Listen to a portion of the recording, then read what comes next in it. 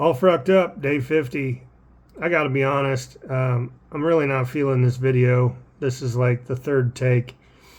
To the people that are fructose intolerant, for whatever reason. Maybe it's hereditary, I hope not. Maybe it's an issue with your gut flora. If you're gonna be faced with the issue, I would hope that that's the case, because that can adapt and change over time. Your gut flora is going to change. As you change your diet, your gut flora changes, evolves, and adapts.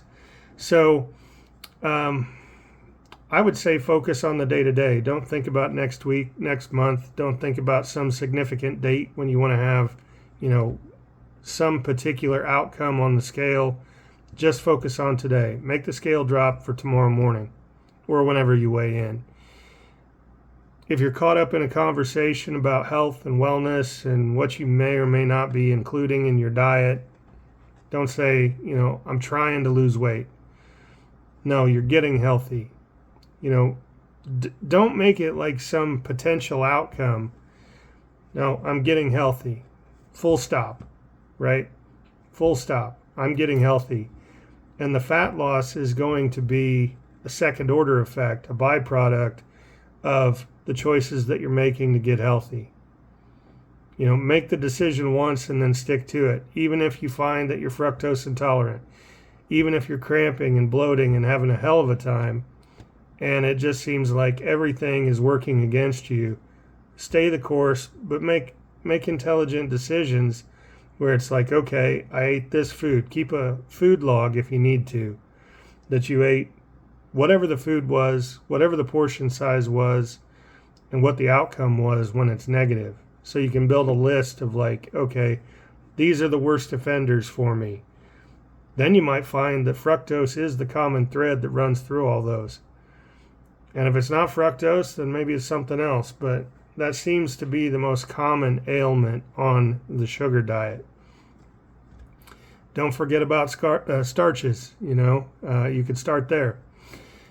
Starches are a good swap for fruit. They don't achieve the same effect. They're primarily metabolized as glucose, which is not the same, But again, in the absence of dietary fat, you shouldn't have a bunch of free fatty acids in your blood, and your insulin should handle that glucose within minutes. So, yeah, if you've got to eat a starch diet because of fructose intolerance, hey, it's still low fat. Don't beat yourself up.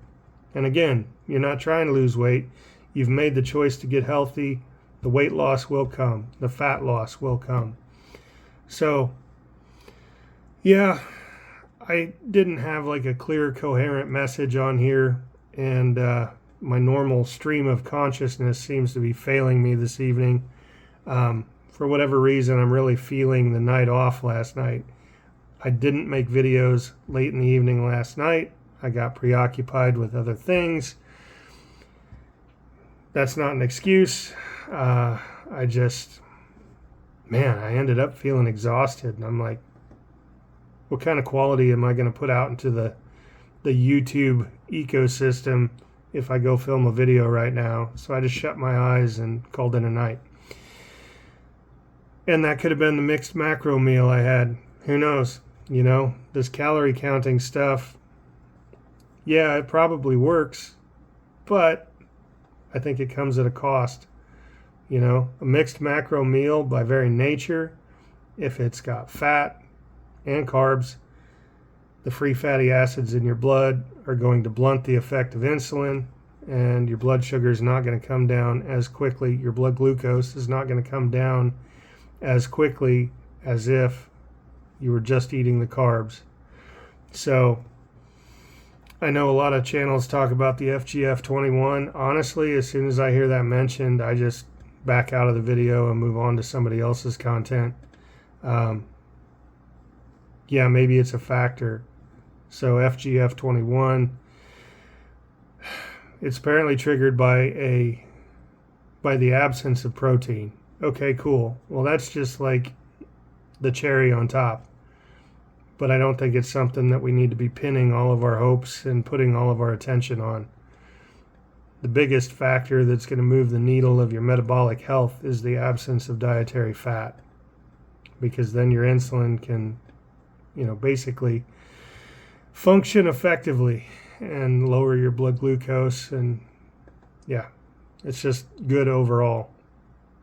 So, and again, the high carbohydrate intake, that's good for ramping up the metabolism, stimulating the thyroid, so on. So, and this is just a guy sitting, making a video.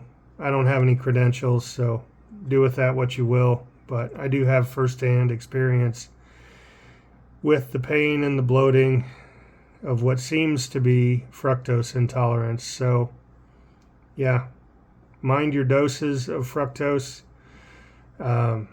Swap out to starches if you're really highly intolerant of fructose, but stay the course. Keep the fat out of your diet, and that should result in melting the fat off your body. Hope you had a great day. See ya.